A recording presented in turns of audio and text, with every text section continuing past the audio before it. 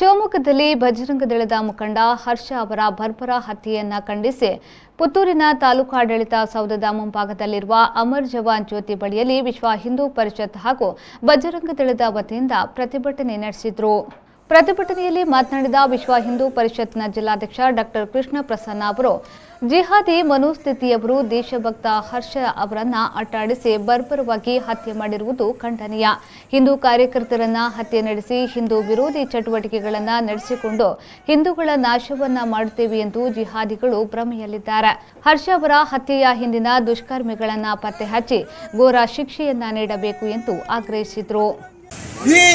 ಜಿಹಾದಿ ಮಾನಸಿಕತೆಯ ದುಷ್ಟರು ಏನಿದ್ದಾರೆ, ದುರುಳರಿದ್ದಾರೆ, ಅವರದೊಂದು ಯೋಚನೆ ಏನಂದ್ರೆ ನಮ್ಮ ಹಿಂದೂ ಕಾರ್ಯಕರ್ತರನ್ನ ಹತ್ಯೆಗೈದು ಹಿಂದೂ ಕಾರ್ಯಕರ್ತರಿಗೆ ಹಿಂಸೆ ಕೊಟ್ಟರೆ, ಹಿಂದೂ ವಿರೋಧಿ ಚಟುವಟಿಕೆಗಳನ್ನು ಮಾಡಿದರೆ ನಮ್ಮ ಹಿಂದುತ್ವವನ್ನು ಈ ದೇಶದಲ್ಲಿ ನಾಶ ಮಾಡಬಹುದು ಅಂತ ಹೇಳುವ ಒಂದು ಭ್ರಮೆಯಲ್ಲಿ ಅವರಿದ್ದಾರೆ. ನಿಜವಾದ ಇತಿಹಾಸದ ಪುಟಗಳನ್ನ ತಿರುವಿ ನೋಡಿದಾಗ 1000 ವರ್ಷಗಳಿಂದ ಜಿಹಾದಿ ಕುನ್ನಿಗಳು ನಮ್ಮ ದೇಶದ ಮೇಲೆ ನಾನಾ ರೀತಿಯ ಆಕ್ರಮಣಗಳನ್ನು ಮಾಡಿ ನಮ್ಮ ಹಿಂದೂ ಧರ್ಮದ ಅವಹೇಳನೆ ಮಾಡ್ತಾ, ಅನಾಚಾರಗಳನ್ನು ಮಾಡ್ತಾ ನಮ್ಮನ್ನು ವಿರೋಧ ಮಾಡ್ತಾ ಇದ್ದಾರೆ. ಆದರೆ ಹಿಂದೂ ಧರ್ಮ ಇವತ್ತು ನಾಶಗೊಂಡಿಲ್ಲ, ಹಿಂದುತ್ವ ಕೂಡ ನಾಶಗೊಂಡಿಲ್ಲ. ಯಾಕಂತ ಹೇಳಿದ್ರೆ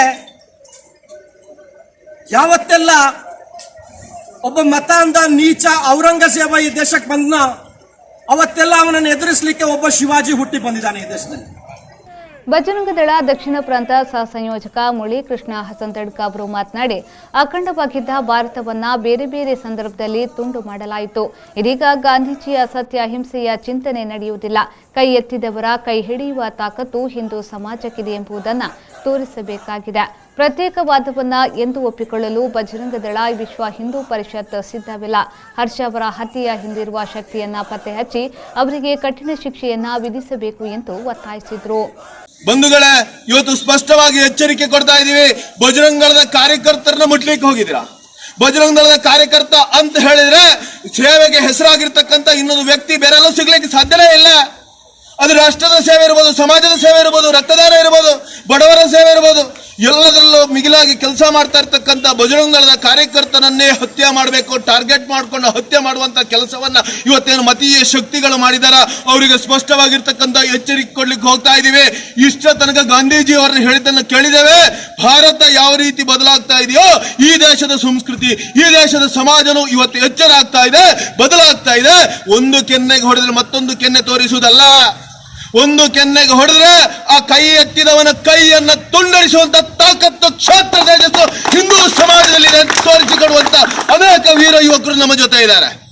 ಪ್ರತಿಭಟನಾ ನಿರತರು ಪ್ರತಿಭಟನಾ ಸಭೆಗೆ ಮೊದಲು ಪುತ್ತೂರಿನ ವಿಶ್ವ ಹಿಂದೂ ಪರಿಷತ್ ಕಚೇರಿಯಿಂದ ಅಮರ್ ಜವಾನ್ ಜ್ಯೋತಿ ತನಕ ರಸ್ತೆಯಲ್ಲಿ ಮೆರವಣಿಗೆ ನಡೆಸಿದ್ರು. ಈ ಸಂದರ್ಭದಲ್ಲಿ ವಿಶ್ವ ಹಿಂದೂ ಪರಿಷತ್ ಬಜರಂಗ ದಳದ ಮುಖಂಡರಾದ ಸತೀಶ್ ಬಿಎಸ್, ನ್ಯಾಯವಾದಿ ಮಾಧವ ಪೂಜಾರಿ, ಹರೀಶ್ ಬಳ್ಳಾಡಿ, ವಿಶಾಖ ಸಸೀತ್ಲು, ಸಂಕಪ್ಪಗೌಡ, ಶ್ರೀಧರ್ ತೆಂಕಿಲ, ಅನಿಲ್ ತೆಂಕಿಲ ಮತ್ತಿತರರು ಪಾಲ್ಗೊಂಡಿದ್ರು. अमर रहे हर्ष, अमर रहे, अमर रहे, अमर रहे हर्ष, अमर रहे।